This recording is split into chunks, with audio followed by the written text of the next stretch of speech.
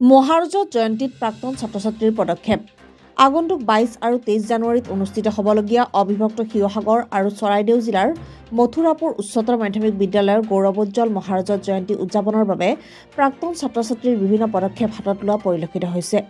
এই বিদ্যালয়তে শিক্ষা গ্ৰহণ কৰি চাকৰি সূত্ৰে বিভিন্ন ঠাইত থকা আৰু স্থানীয় প্ৰাক্তন ছাত্ৰ-ছাত্ৰীয়ে বিদ্যালয়খনলৈ উপহাৰ স্বৰূপে আগবঢ়াইছে 1984 বৰ্ষৰ ছাত্ৰ-ছাত্ৰীয়ে মথুৰাপুৰ উচ্চতৰ মাধ্যমিক বিদ্যালয়ৰ প্ৰতিষ্ঠাপক অধ্যক্ষ প্ৰয়াত প্ৰফুল্ল চন্দ্ৰ বৰঠাকুৰৰ আবক্ষ মূৰ্তিৰ বেদী, 4গৰাকী প্ৰাক্তন ছাত্ৰৰ পতাকা বেদী, 1979 বৰ্ষৰ ছাত্ৰ-ছাত্ৰীয়ে স্মৃতিসৌধ, 2003 বৰ্ষৰ ছাত্ৰ-ছাত্ৰীয়ে শিক্ষানুষ্ঠানখনৰ শিক্ষাগুৰুসকললৈ উপহাৰ দিয়ে 30খনকৈ বহা আসন, 2005 বৰ্ষৰ প্ৰাক্তন ছাত্ৰ চন্দন ৰাজকোঁৱৰে নিজাববীয়াকৈ বিদ্যালয়খনৰ অধ্যক্ষলৈ আগবঢ়াই এখন বিশেষ বহা আসন। বিদ্যালয়ৰ সন্মুখৰ ৱালত সুন্দৰকৈ ছবি অংকন কৰিছে প্ৰাক্তন ছাত্ৰ ৰুবুল শ্যামে।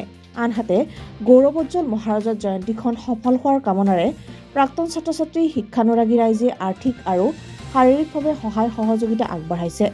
এই বিদ্যালয়ৰে প্ৰাক্তন ছাত্ৰ দিগন্ত মহন্তই আৰু মথুৰাপুৰ মছজিদ জামাতে মহাৰাজত জয়ন্তীৰ দুদিনা দুপৰীয়াৰ আহাৰ যোগান ধৰিব। আনহাতে বিদ্যালয় চৌহদত আজি মথুৰাপুৰ আৰু মাজগাঁও মছজিদ জামাতে এক চাফাই অভিযান হাতত লয়। প্ৰাক্তন ছাত্ৰ-ছাত্ৰী তথা শিক্ষানুৰাগী ৰাইজৰ এনে স্পৃহা উৎসাহ দেখি মহাৰাজত জয়ন্তী উদযাপন সমিতি আৰু বিদ্যালয়ৰ কৰ্তৃপক্ষই উৎফুল্লিত হৈ পৰিছে। চৰাইদেউৰ পৰা ইছলাম আহমেদৰ ৰিপৰ্ট।